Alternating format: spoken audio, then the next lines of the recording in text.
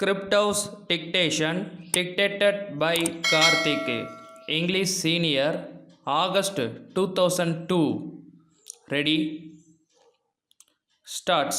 Honorable members, it gives me great pleasure to address both houses of parliament at this first meeting after the general elections.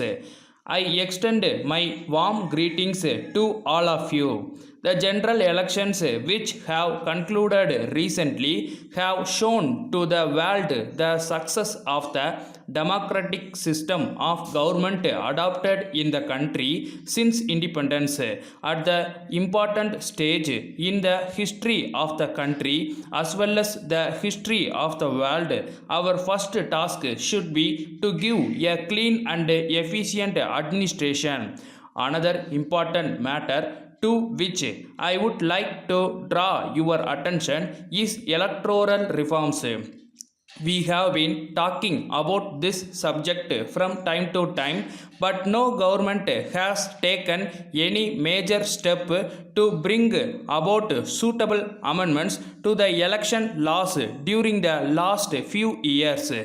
The object of such a law will be to get rid of money power and to bring in accountability in the case of political parties so that the elections may be conducted in a free and fair manner. The new government will take necessary steps in this direction in consultation with all political parties. On this occasion, it would be proper for me to point out that the government will always try to maintain the honor and independence of the judiciary. I would assure you on behalf of the government that all efforts will be made to reduce the pendency of the cases in the courts will be made throughout the country by filling up the vacancies and by proper use of modern technology. Regarding the question of center state relationship, the government will take into consideration all the studies and reports made in this respect and in consultation with the state governments take necessary steps in order to settle all disputes between the states in matters of common interest. We are happy to note that the economic reforms of the past 5 years have achieved some amount of success.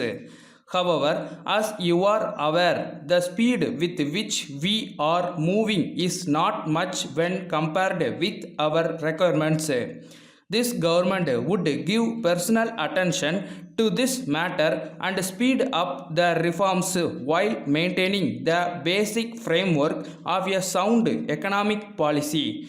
The economic development of a country in any part of the world can be maintained at a steady rate only if the external loans of the government are limited to the minimum. As far as this matter is concerned, I do hope that you will be aware that the existing borrowings of our country are now very high. In this connection, attention will also be paid to the aspect of expenditure by the government which is increasing day by day. The government will take all necessary steps to reduce the loan burden and also to reduce the expenditure to the maximum extent possible so that we may be able to invest more money in the development schemes for the people. The government will also study the investment made by the state in the public sector undertakings so that each rupee invested by the government may be put to proper use.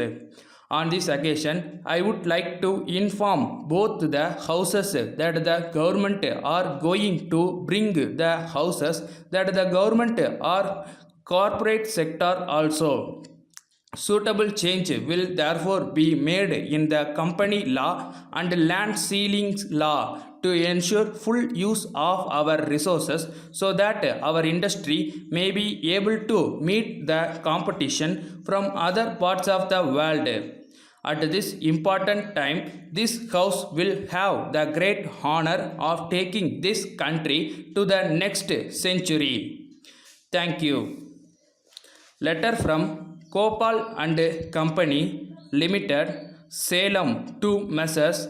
Bhaskar and Sons Limited, Chennai. Dear sirs, this is with reference to your kind enquiry about the latest price list and catalog of our products. You may be aware of the increase in the transport charges and the increase in the cost of the raw materials. Since we are dealing in glass articles, we will have to face the risk of damage during transport.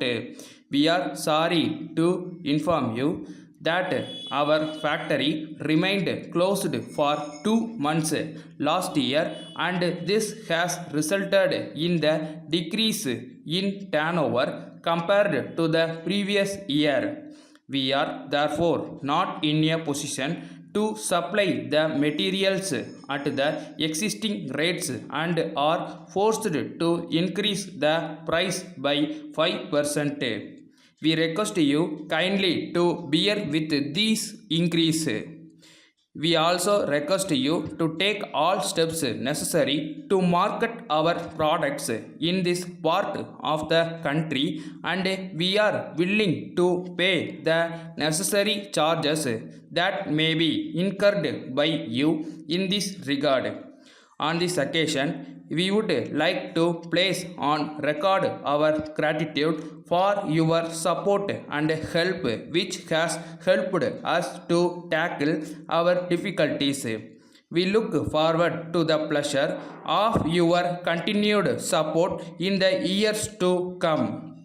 We enclose here with our latest price list and catalog. We would be glad to send you any other information that you may require. Yours faithfully.